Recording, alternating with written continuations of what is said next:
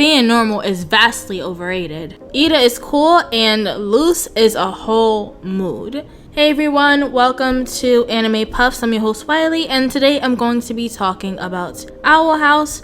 If you like this video, please feel free to like, comment, and subscribe for more. Share if you care.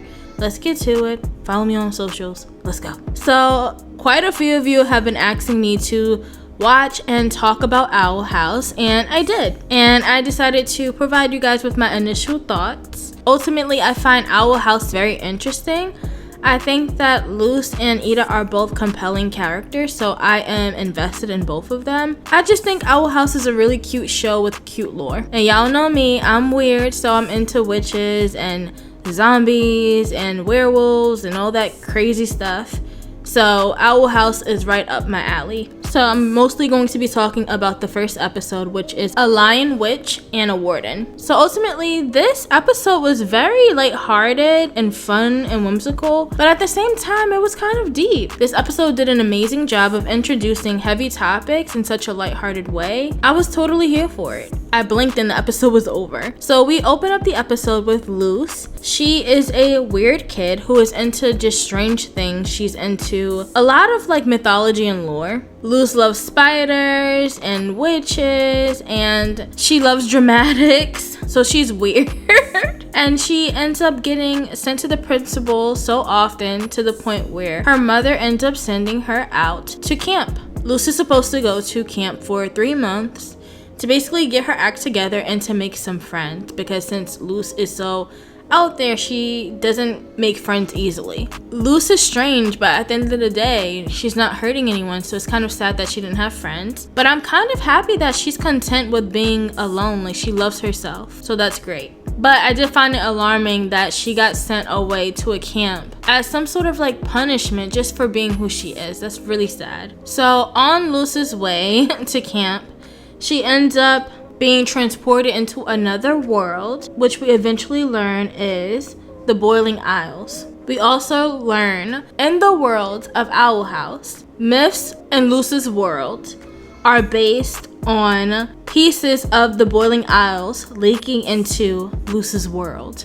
Owl House definitely gives me Halloween Town vibes. So Luz ends up meeting with Ida, and Ida is a wanted woman, and Luz becomes wanted by association. And Ida kind of instantly takes on like the, mother figure role or like the auntie role with Luz. Ida the Owl Lady, you are wanted for misuse of magic and demonic misdemeanors. And you're coming too, for fraternizing with a criminal. What? That's not cool! Follow me, human!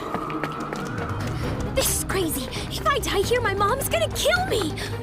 I won't let him hurt you. She instantly attempts to escape guards who want to take her and Luz to see the warden, because Ida is weird and Luz has become a wanted person by being around her. So Ida ends up escaping from the guards and throws them off, and she takes Luz along for the ride. And we learn that Ida is a witch.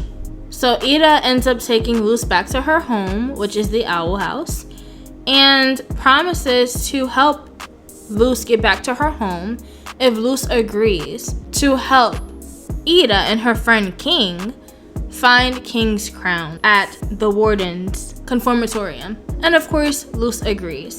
Unfortunately, along the ride, they are not able to find King's crown, but it's fine, and they end up staging a revolt against the warden. So we learn that the warden actually has a crush on Ida, and that's why he has been looking for her, because she was the one and only person who's able to avoid capture. So he fell in love with her, but he's like uber creepy. Like the fact that he was going to imprison this woman simply because he liked her was just like a no for me. Like that's super creepy, and I'm happy that she escaped and he didn't get what he wanted. And then Luz, being the amazing weirdo that she is, and I say that with a lot of love, she is able to inspire some of the prisoners at the conformatorium to escape. And they do, because we learn that the prisoners at the conformatorium are not being imprisoned because they did something wrong, but because they're strange. So this episode relied heavily on the theme of be who you are, and it shouldn't be a crime to exist as you are and to be different from other people. So I really love the Owl House. At the end of the episode, we see that Luz wants to stay with Ida for the 3 months, and she wants Ida to train her to become a witch. Ultimately, I really love this episode. I enjoyed it. I love how openly Luz just mutters out Spanish, and I love how Luz's mother speaks Spanish. I think that's great for representation. And I also love the relationship so far between Ida and Luz. I think that it is a common trope for older women to be jealous of younger women and to basically torment them and become villains. And I am so over this trope. I'm over the evil stepmother trope, the evil old woman trope.